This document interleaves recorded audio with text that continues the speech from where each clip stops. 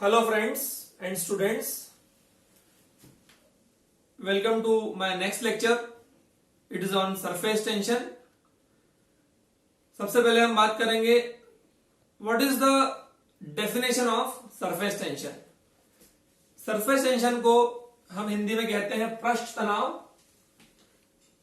So the definition of surface tension is when two immiscible liquids comes in contact with each other, then the layer separating them behaves like a stretched membrane. This phenomenon is known as surface tension. जब भी दो immiscible liquids, कभी ना मिलने वाले liquids contact में आते हैं तो उन दोनों को जोड़ने वाली जो सरफेस रहती है, लेयर रहती है, वो एक तनी हुई झिल्ली के समान बिहेव करती है, बर्ताव करती है. इस घटना को हम कहते हैं सरफेस टेंशन. तो जनरली हम देखते हैं, एग्जांपल लेते हैं.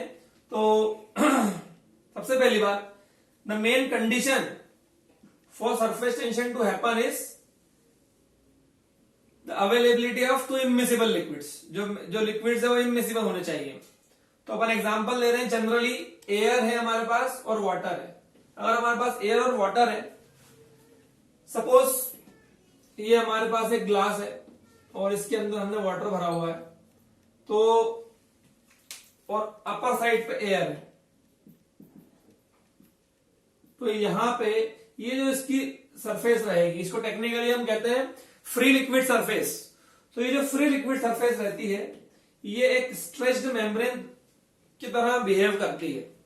ये जो फिनोमेनन है इसे कहते हैं सरफेस टेंशन. अब हमें इसके आगे देखना है what is the reason for surface tension. Surface tension is denoted by the letter sigma. Sigma is surface tension. तो सरफेस टेंशन को अगर हम मैथमेटिकली बात करेंगे तो it is force acting per unit length. Mind it, it is not force acting per unit area, it is force acting per unit length. तो हम यहां पे लिख सकते हैं sigma is equals to F by L. So this is the formula for surface tension. Unit की यहां तक बात करेंगे न्यूटन पर मीटर या न्यूटन पर mm में हम इसको डिनोट करेंगे. सेंटीमीटर सीजीएस हो जाएंगे तो dyne per centimetre. These are the units for surface tension. Now coming to the reason for surface tension. क्या रीजन है सरफेस टेंशन का? तो वो समझने के लिए हम एक ग्लास अज्यूम कर रहे हैं. एक ग्लास है हमारे पास और उस ग्लास के अंदर हमने कोई भी लिक्विड रखा है, से वाटर रखा हुआ है. तो बॉटम में वाटर, यहां वाटर है ग्लास में, ऊपर जो है वो एयर है. तो the glass is open to atmosphere. अब अगर हम इस मॉलिक्यूल्स, इस ग्लास के दो मॉलिक्यूल्स का विचार करें, मान लीजिए एक मॉलिक्यूल ये वाला है और एक मॉलिक्यूल टॉप वाला है. तो जो बॉटम वाला मॉलिक्यूल रहता है, एक्चुअली इसके आसपास जो भी मॉलिक्यूल्स है, ये सारे जो मॉलिक्यूल्स हैं, इसके ऊपर इक्वल अमाउंट ऑफ फोर्स लगा रहा है. तो अगर अपन बात करेंगे कोहेसिव फोर्स जो रहता है, वो इन मॉलिक्यूल्स, इस एक पर्टिकुलर मॉलिक्यूल पे हर जगह से सेम इंटेंसिटी का कोहेसिव फोर्स लग रहा है. तो ये जो मॉलिक्यूल है, क्योंकि इसके ऊपर हर डायरेक्शन से कोहेसिव फोर्स लग रहा है सेम इंटेंसिटी का, तो ये जो मॉलिक्यूल है ये रेस्ट में है. ये मतलब ये इक्विलिब्रियम में, ये साम्य अवस्था में, ये अपने आप को स्टेबल फील कर रहा है. ऐसे यही कंडीशन सारे मॉलिक्यूल्स के बीच में रहती है, क्योंकि आप अपन ने पढ़ा है इंटरमॉलिक्यूलर फोर्स जो कोहेसिव फोर्स काम करता है, वही रीजन भी है सरफेस टेंशन का. लेकिन जब हम टॉप लेयर पे आते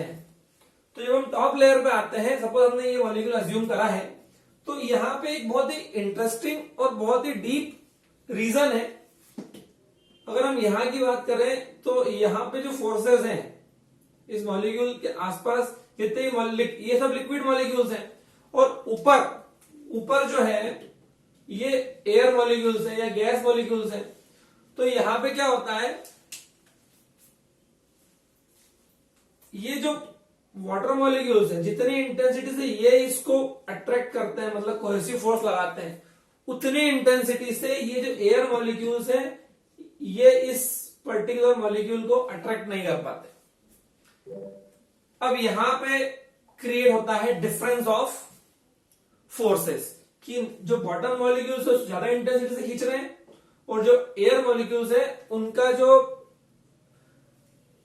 खींचने की इंटेंसिटी है इस मॉलिक्यूल्स को कोहेसिव फोर्स है वो कम है। अब यहां पे इम्बैलेंस के कारण क्या होता है, ड्यू टू दिस इम्बैलेंस एक रिजल्टेंट फोर्स लगता है इस मॉलिक्यूल पे नीचे की तरफ।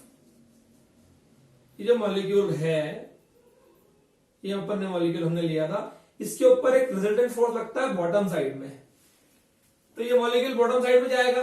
अब एक्चुअली क्या है कि यहां पे पूरे ऐसे मॉलिक्यूल्स प्लेस्ड हैं।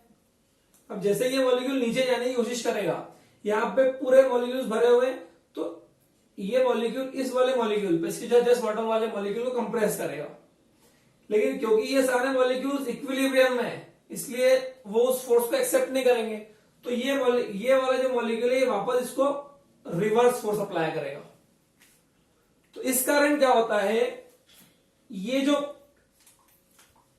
सरफेस से जितने भी मॉलिक्यूल्स हैं उन सभी के साथ ये फिनोमिनन ऑकर होता है, जिसके कारण कि ये जो सरफेस है ये जो एक्स्ट्रा फोर्स डेवलप हुआ है इसको एब्जॉर्ब करने के लिए जो हमारी फ्री लिक्विड सरफेस है ये अपने आप को सिकोड़ लेती है, ये अपने आप को मिनिमम एरिया में एक्वायर कर लेती है and it behaves like a stretched membrane.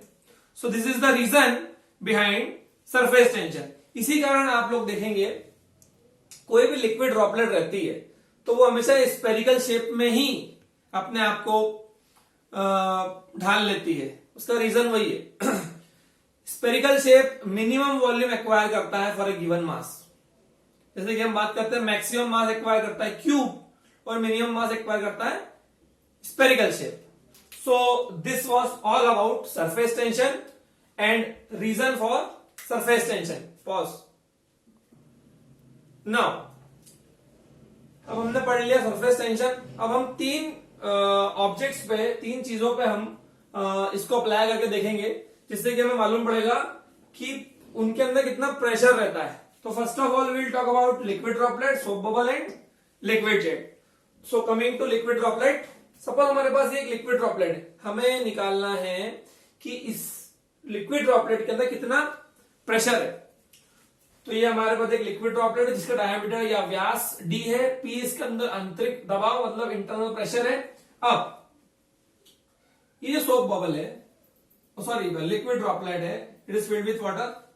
जैसा कि मैंने आपको बताया बाहर एयर है, सरफेस टेंशन ऑकर होने के लिए हमको दो चीज चाहिए, इमिसिबल लिक्विड, तो ये वाटर है, ये लिक्विड है, तो ये लेयर इसको सेपरेट कर रही है। जैसे कि अपन ने बात करी थी, ये जो लेयर है it behaves like a stretched membrane, और ये एक स्ट्रेच्ड मेम्ब्रेन की तरह बिहेव कर रही है, इसलिए ये जो वाटर है ये बाहर नहीं जा रहा है। नाउ होता क्या है, सरफेस टेंशन एक्ट करता है एज अ रेजिस्टिंग फोर्स। तो यहां पे इक्वेशन वर्क करती है जो हम देखते हैं प्रेशर वेसल में जो बस्टिंग फोर्स है, वो उसको हमको इक्वेट करना पड़ता है रेजिस्टिंग स्ट्रेंथ से। अब यहां पे बस्टिंग फोर्स कौन अप्लाई कर रहा है, सपोज मेरे पास एक बलून है, उसको मैं ब्लो करते जा रहा हूं, उसके अंदर मैं हवा भरते जा रहा हूं, एक लेवल के बाद वो फूट जाता है क्योंकि जो उसका एरिया है वो इतना बढ़ जाता है कि अल्टीमेटली जो फोर्स है प्रेशर इनटू एरिया, जो उसकी लेयर्स है वो उसको अपोज नहीं कर पाती है। वही लॉजिक यहां लगेगा। तो बस्टिंग फोर्स यहां पे काम करता है प्रेशर, तो force due to pressure is equals to, यहां पे आएगा force due to surface tension में सफिक्स में लिख रहा हूं। Now force due to pressure is pressure into area is equals to surface tension, हमें मालूम है sigma is equals to F by L, तो एफ हो जाएगा sigma into L. Surface tension act करता है केवल बाउंड्रीज पे। So in the case of circle as the drop liquid droplet is circular in shape, spherical in shape. So pi by 4 d square into sigma into, अब ये यहां से लेके तो हम इसका पेरिफेरल एरिया लेंथ लेंगे, तो पाई इंटू डी इधर से स्टार्ट करेंगे. अगर इस सर्कल को हम खींचते हैं तो बन जाएगी एक लाइन, उसकी लेंथ होगी पाई डी. सो फाइनली अगर हम इसको कैंसिल आउट करते हैं, then we will get P is equals to 4 sigma by D. This is the pressure inside a liquid droplet. I think it is clear. Now, अगर यही phenomenon हमें देखना हो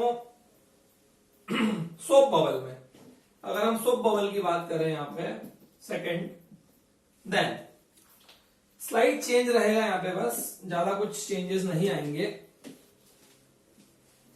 अब क्योंकि अंदर भी एयर है, बाहर एयर है, बीच में वाटर है, तो यहां पे एक बहुत इंटरेस्टिंग चीज ये है कि दो बार वो फेनोमेनन होगा सरफेस टेंशन का.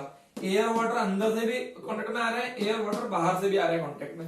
तो जब यहां पे हम इक्वेशन अप्लाई करेंगे, तो bursting force is equal to surface tension force into 2 करना पड़ेगा यहाँ पे हमको, क्योंकि दो बार ये फिनोमेनन ऑकर हो रहा है, अंदर भी और बाहर भी. अंदर एयर है, बाहर भी एयर है, तो कुछ नहीं होता है, बस डबल वही सब कुछ आएगा. Pressure into area sigma L into 2, तो pressure into pi by 4 D square is equal to sigma into pi D into 2. So finally we will get 8 sigma by d. So pressure inside, we can say pressure inside a soap bubble is twice that of pressure inside a liquid droplet. इसलिए जो soap bubble रहता है ज्यादा unstable रहता है, ज्यादा समय तक वो स्टेबल नहीं रह पाता.